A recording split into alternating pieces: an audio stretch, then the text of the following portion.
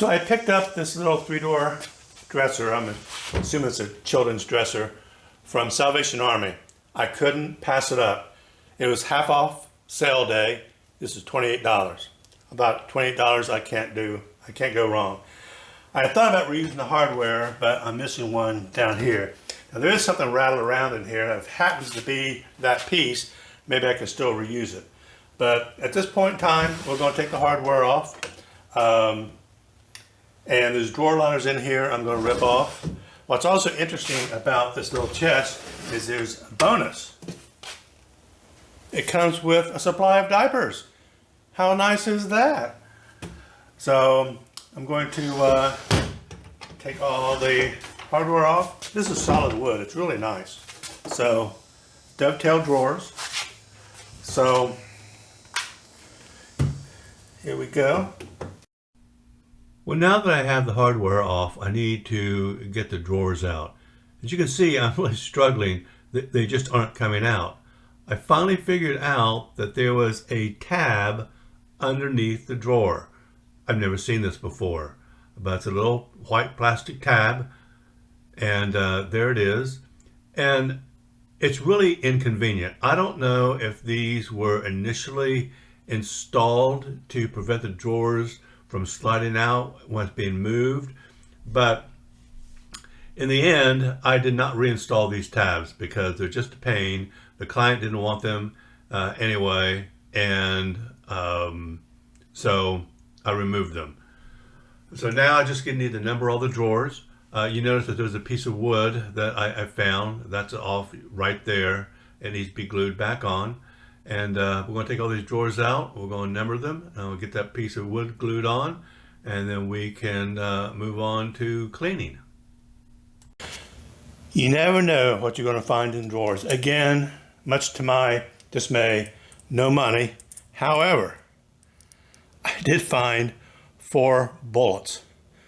So, pretty interesting. I just kind of wonder what this little dresser was used for in the past. So in the trash they go. I don't have any use for them. I didn't show it, but I cleaned the entire dresser with a crud cutter and then wiped off the residue with plain water. And now it's time to start doing some of the repairs and sanding of the dresser. So the first repair I have to do is to put this little piece of wood that had cracked off of the rail. Luckily they had saved it, and so I'm going to apply some wood glue. I happen to be using Gorilla Glue, and we're going to place this back on here and then clamp it. And once I get clamped, I'm going to wipe out all the excess glue, and then we're going to let this sit overnight, and then we'll be ready to proceed with any other repairs and sanding and any wood filler I've got to use, and then finally we'll get into priming. So the next task is to get these drawer liners out. I tried pulling the first one out by hand without heating it up, and it didn't work all that well. So now I'm using my heat gun and trying to warm up the glue underneath this so I can pull out these old drawer liners. It's amazing how hot this gun gets, but it's doing the job. And so I've just got to pull 2 out since I already pulled the first one out by hand. But it pulled the first one, it pulled a little bit of wood splinters out of the base of the bottom of the drawer. So I didn't want to do that again. So we're going to get these drawer liners out, and then we'll be moving on. As you can see, the drawers were stained the same color as the outside of the dresser. I want to restore the drawers to the original raw wood. I'm going to be putting drawer liners in these drawers. So I think that getting rid of this old stain on the inside is going to make these drawers look nice. So I am starting out with 180 sanding pad on my SurfPrep, and I'm going to be sanding the sides, both inside and out, to get rid of all this old stain. The bottom doesn't matter. Like I said, I'm going to be putting drawer liners in, but I need to get all the stain out of the corners and along the bottom, and this is going to look really nice when this is done. So I've got one of the drawer boxes sanded down. I want to show you the difference this is going to make. I get drawer liners in here. This is going to be beautiful. Get all that dark stain off of there.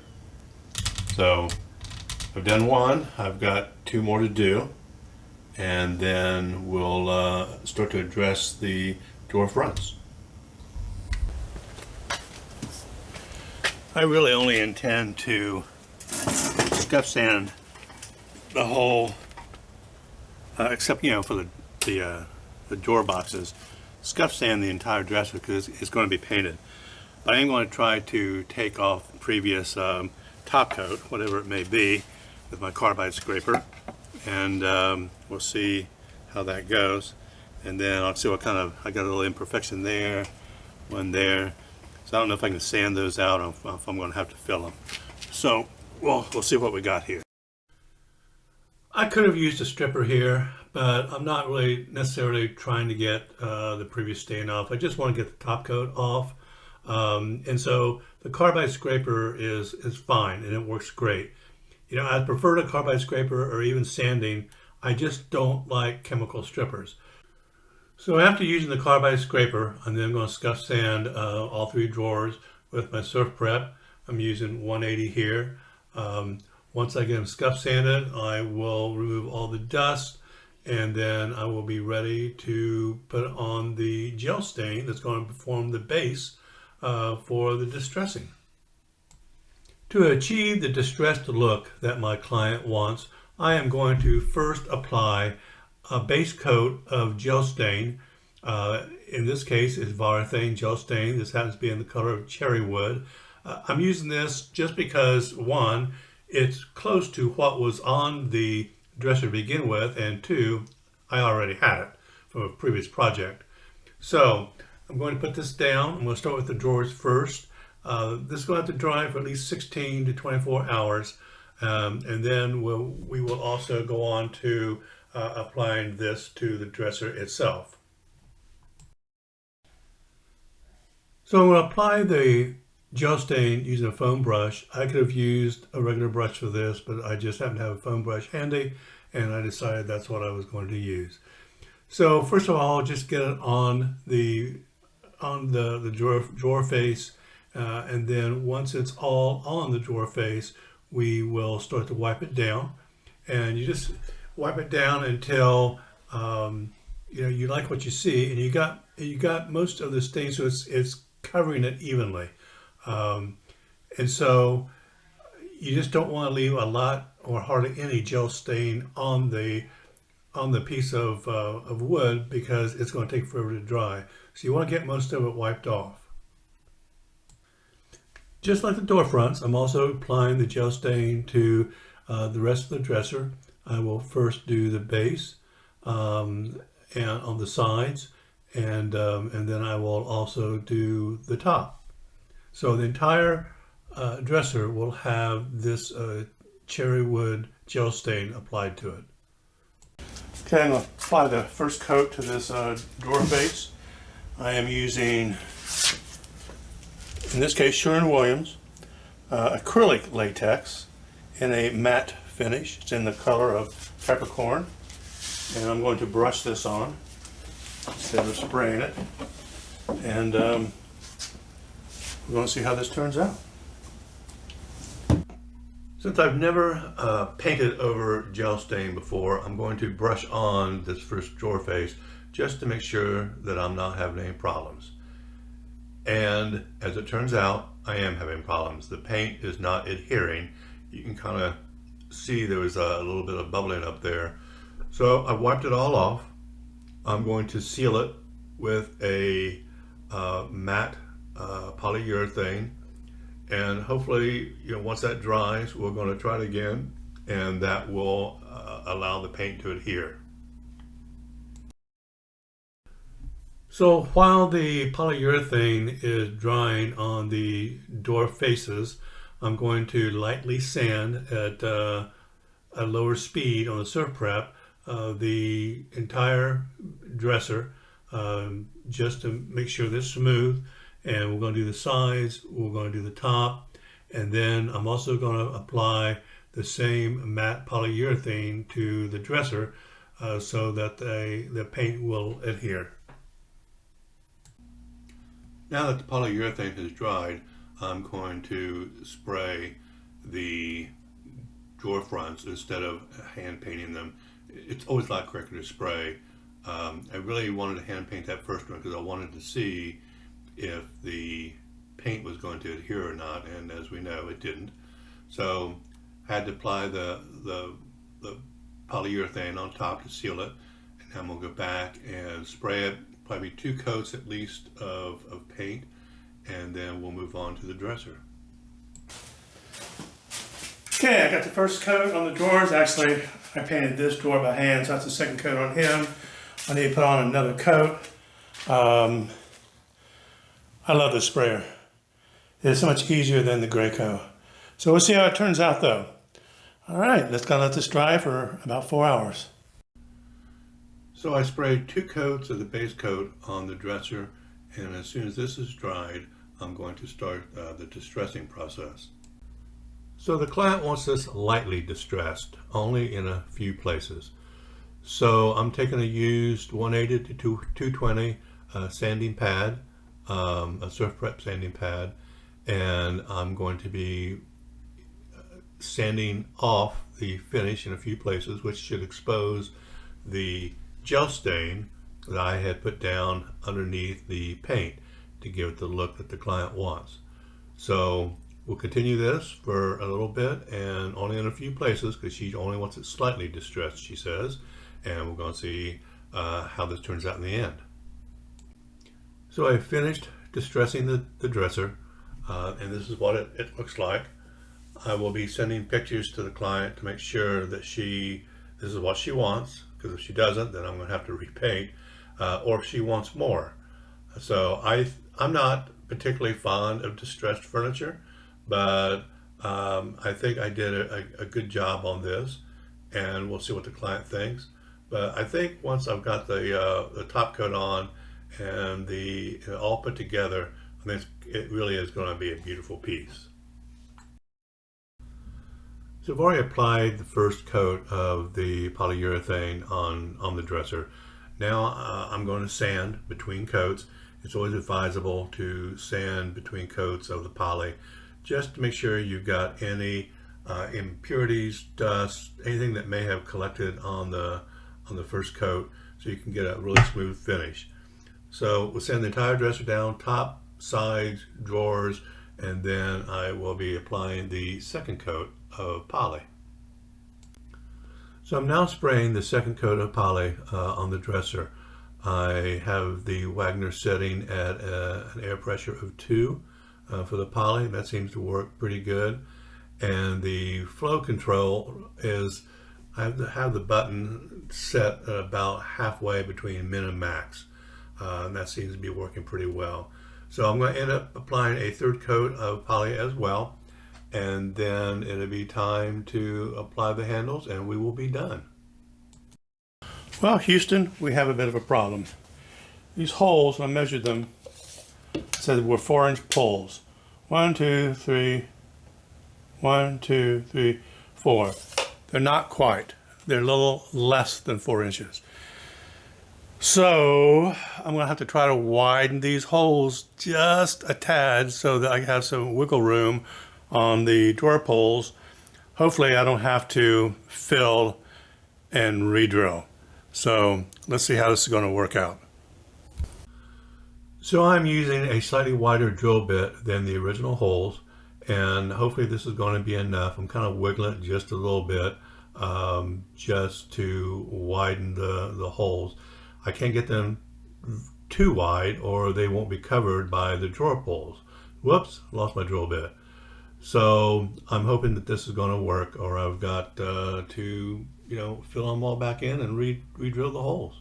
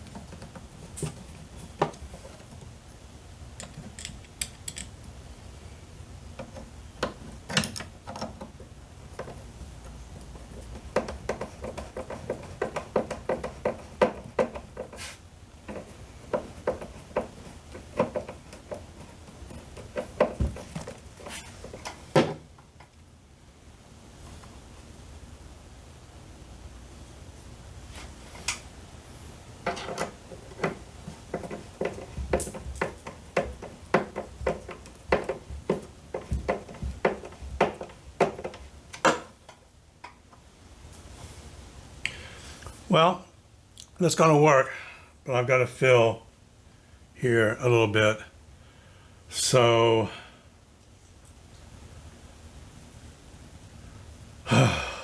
yeah, so I guess I'll drill the other ones if I've got to fill that too. Then I'm going to have to fill it, and then I'm going to have to wait for it to dry. So, oh, this is a bummer. All right, I'm going to drill the others. As I had said earlier in the video, I was going to apply drawer liners instead of trying to sand out the drawer bottoms because they were ugly. Lots of people do, put their drawer liners in different ways. Some cut it first and then put it in, or some do what I'm doing. What I have found is if I pre-cut and the drawers are out of square, believe it or not, I have found out of square drawers, then it doesn't fit. There's going to be a corner in one place or another where it's not going to fit right. So I decided that I would always just simply overcut the liners and then place it in there and then cut on the, cut them down to size after I've smoothed out all the bubbles, and which is the hardest part, is getting this stuff flat because it wants to stick, right? And so but you want to get all the air bubbles out or it's just not going to look right. So once I do that by hand, I then take this wide putty knife and I smooth out the bottoms and get the edges in pretty good. And then I'm going to take a knife and I'm going to cut the excess out. So the final step on the drawers is to apply some wood conditioner. This happens to be from Dixie Belle. It's called Mama's Butter. And this is it really rejuvenates the wood. Adds over time this wood dries out, so this adds some moisture to the wood. It also brings a little bit of color back to the wood. It also smells really good. They make several different scents. I think this is called a fresh and clean scent. But I do this, and I do this after I put the drawer liners in because I don't want any of the wax to be on the bottom, causing the drawer liners not to stick. Then I'll wipe off any excess wax that I've got on the drawer liners, and then I'll be done. I do this on the inside, and I do this also on the outside of the drawers. So here's the finished makeover. I think this turned out very, very nice. The client is very satisfied with it. And even though I don't prefer distressed looks, I don't buy jeans with holes in them, right? I want them to look new. But some people do. And I think for the first time for a distressing project, I think this turned out very, very nice. It's very subtle. There's not a lot of distressing. I think this color is really beautiful. And this turned out to be a great looking piece. Thank you for watching this video. I hope you found something useful that you can use in your furniture makeovers. Please don't forget to subscribe, and I'll see you on the next furniture flip from the next season.